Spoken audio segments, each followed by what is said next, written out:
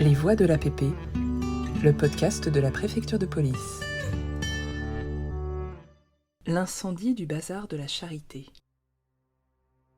Nous sommes le 4 mai 1897, rue Jean Goujon, dans le 8e arrondissement de Paris. C'est le jour de l'inauguration du bazar de la Charité, une vente de bienfaisance destinée aux nécessiteux, composée d'objets d'art, de tableaux, de bijoux et de toutes sortes de pièces provenant de dons. Au sein de cette association très mondaine, on trouve la duchesse d'Alençon, sœur de l'impératrice Sissi, Élisabeth d'Autriche, aux côtés de nombreux membres de l'aristocratie et de la bourgeoisie. Cette année, le bazar de la Charité a lieu dans un hangar de 80 mètres de long et de 13 mètres de large. Pour l'occasion, l'espace est configuré à la manière d'une rue du Moyen-Âge, avec, de part et d'autre, d'une allée centrale, 22 comptoirs agrémentés de décors en bois, en tissu ou en toile pour rappeler les anciennes échoppes. Pour cette nouvelle édition, les organisateurs proposent aux invités un spectacle de cinématographe, sous un appentis de taille modeste, où l'on peut, pour 50 centimes, admirer les images animées des Frères Lumière qui seront diffusées par un appareil de 35 mm.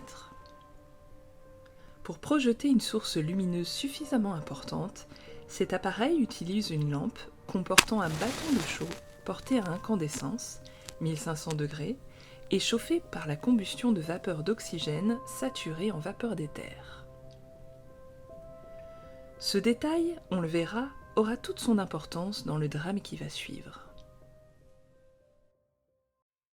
Ce 4 mai 1897, rue Jean Goujon donc, plus de 1200 personnes issues de l'aristocratie ont été invitées. Vers 16h15, l'affluence est considérable. Les riches badauds flânent entre les échoppes, discutent au salon des dames, aménagé près de l'entrée du bâtiment, ou admirent les 3 petits films des Frères Lumière dans le local du cinématographe. C'est alors que survient l'accident fatal.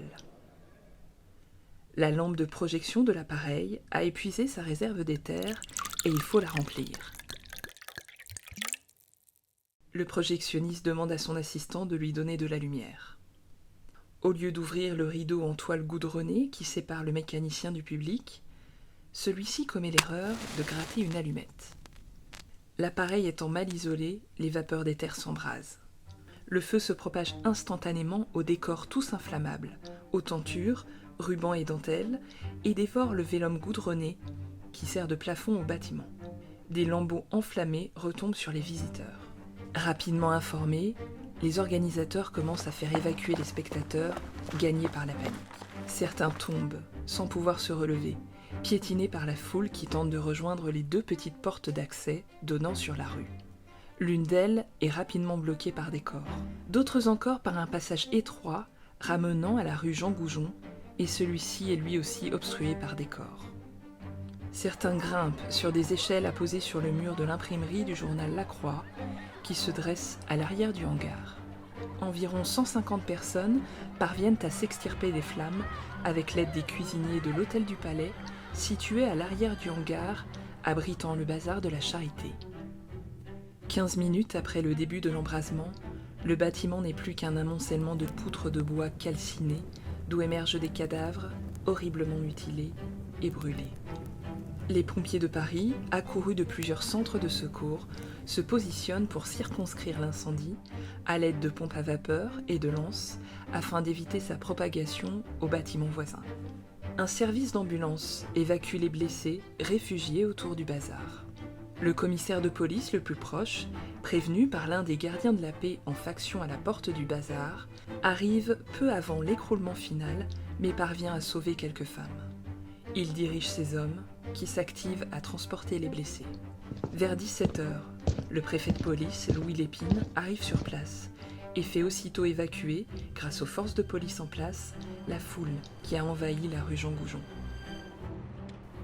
Le reste de la journée et toute la nuit, pompiers, policiers, agents du génie et volontaires transportent les corps calcinés, 112 au total, au Palais de l'Industrie, pour permettre aux familles de les identifier grâce aux bijoux ou à tout autre détail connu des proches.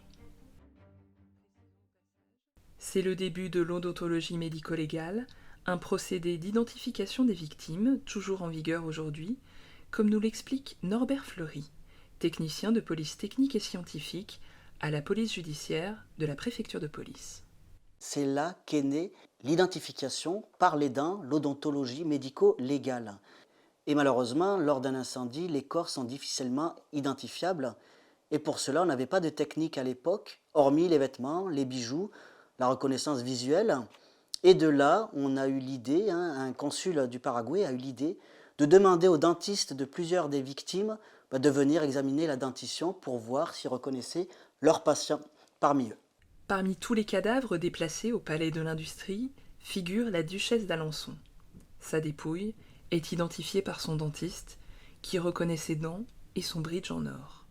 Évidemment, on cherche la duchesse d'Alençon, la fameuse sœur de Sissi impératrice. Alors pareil, il y a des témoignages, elle a été vue dans la loge ainsi, elle s'en est sortie. Et heureusement, il y a un consul du Paraguay qui va avoir l'idée de travailler avec les dentistes.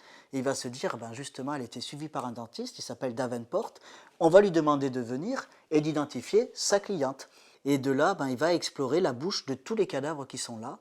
Et ça va être évidemment quasiment le dernier cadavre où là, en ouvrant la bouche, il va reconnaître son travail. Alors il avait 2 fiches cartonnées sur lesquelles il avait noté tous les travaux dentaires qu'il avait faits. Et en s'appuyant sur ces fiches-là, il va reconnaître son travail et il va identifier formellement la duchesse d'Alençon. Et tout ça sera dressé dans un procès verbal, c'est-à-dire qu'officiellement, il va le déclarer comme quoi c'est bien la duchesse d'Alençon qui va être identifiée. Les victimes de l'incendie comportent une écrasante majorité de femmes.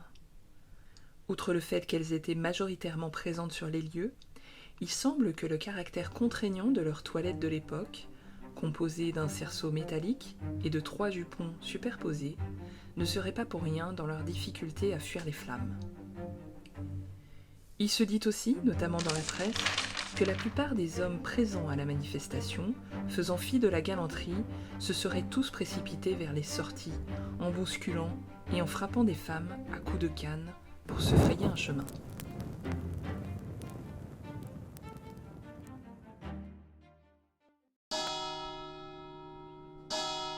Le 8 mai 1897, une messe funèbre est célébrée à la cathédrale Notre-Dame de Paris, en présence du président de la République, Félix Faure.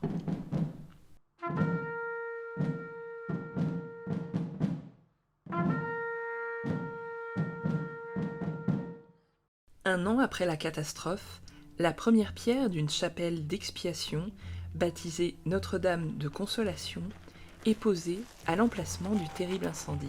Dédiée aux victimes, elle affiche en lettres d'or 125 noms sur 6 plaques de marbre noir.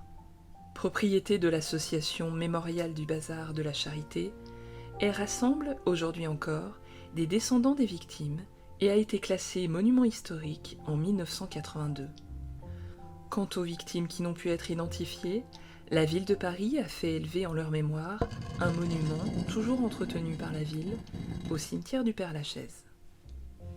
L'incendie du Bazar de la Charité, qui a servi de tragique leçon avec près de 130 victimes et 250 blessés graves, a donné naissance aux premières règles modernes de prévention contre les incendies dans les établissements recevant du public.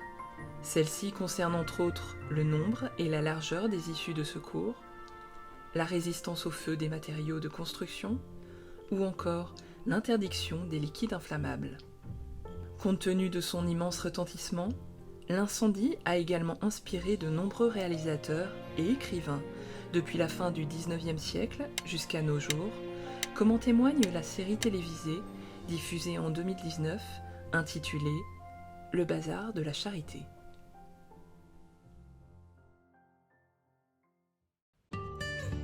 Les Voix de l'APP, le podcast de la préfecture de police.